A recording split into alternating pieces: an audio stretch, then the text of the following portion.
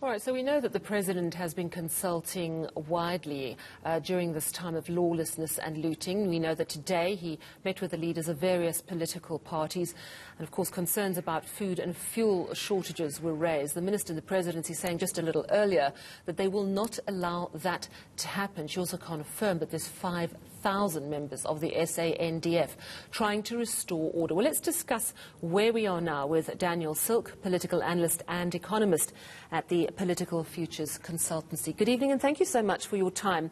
I was wondering if the protests, rather the riots and the looting were burning out. But then after speaking to Letiwe Mdluli in Durban just a moment ago, it seems that it is not over yet. What do you make of the way our authorities have tried to manage this?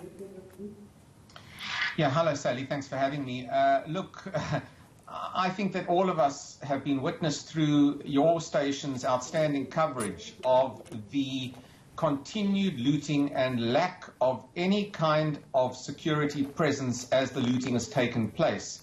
And it's still happening. 3-4 days into this crisis, it's still happening.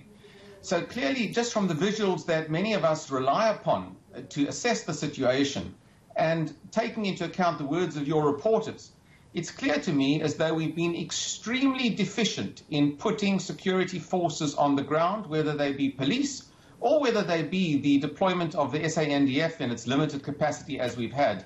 It seems deficient, it seems very slow, and I think it's been extremely disappointing. But public order policing in South Africa has been an issue for many years. It was an issue, of course, during Marikana. The ghosts of Marikana itself may play a role in the reluctance to commit great force on the ground.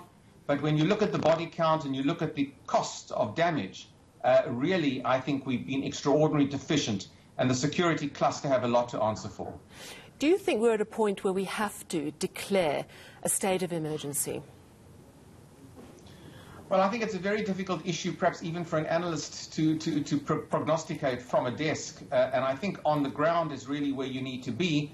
I would certainly argue that if your existing forces at your disposal were adept in curbing public order violence of this nature, or at least alleviating it in some form or other, you wouldn't need a state of emergency. A state of emergency confers additional powers. It's open, I might add, to abuse, particularly of an army that might not be used to this kind of operation. And one doesn't want to inflame passions even more. But having said that, it's all very well for me to say that. If you're a business owner where your business has been looted, where you've lost your livelihood after years of working up for it, you really want law and order. So I think that there's a very difficult dilemma here for the authorities.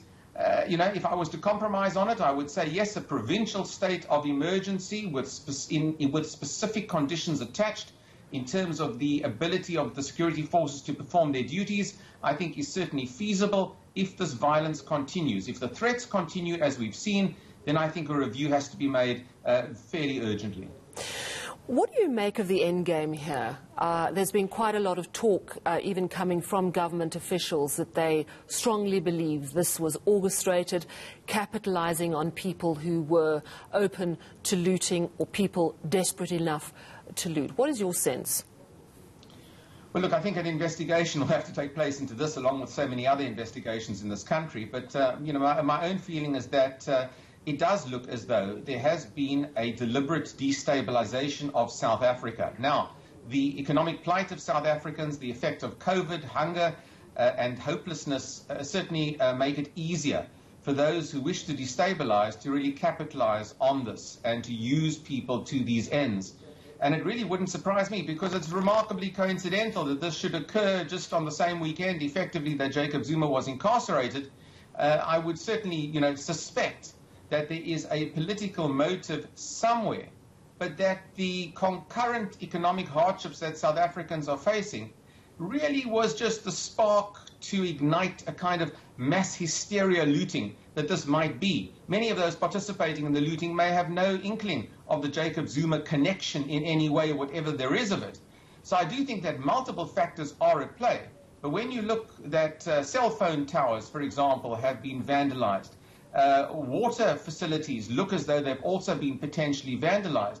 When you look at strategic assets beyond the retail sector that are potentially being targeted, then you have to ask yourself, is there an ulterior issue here? And is there an effort to what is ultimately destabilizing the Ramaphosa presidency? Is that underway?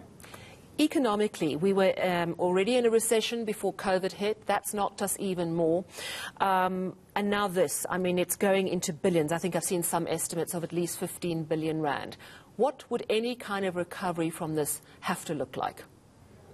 Yeah, I think it's going to be a lot more than 15 billion. That might just be the KwaZulu-Natal figure as it is. I think that there was an interesting report put out just in the last 24 hours by the IMF, which indicates the effect on a country's GDP after a bout of social unrest. It's going to knock our GDP back substantially, which we barely can afford. The recovery will necessitate a change of policy heart on the part of the state. You cannot continue doing business the way you have done in the past. You have to integrate the private sector a lot more into the recovery process. You have to deregulate the economy and really create that enabling environment for the private sector to participate adequately in conjunction with the state. And I think if there were those within the ANC and within the state who still believe that the state must lead everything, a statist economy as it's called, they will need to take a little bit of a back seat, because if you want job creation to continue here, the environment has got to be good, which that's the state's responsibility, but the actual economic policies have to encourage the private sector to pick up the pace and to create those jobs. And that's really where the compromise will have to be. And that's the ideological challenge that the ANC is going to have to face in the very near future. Thank you so much for chatting to us this evening, Daniel Silke, political analyst and economist at the Political Futures Consultancy. Now,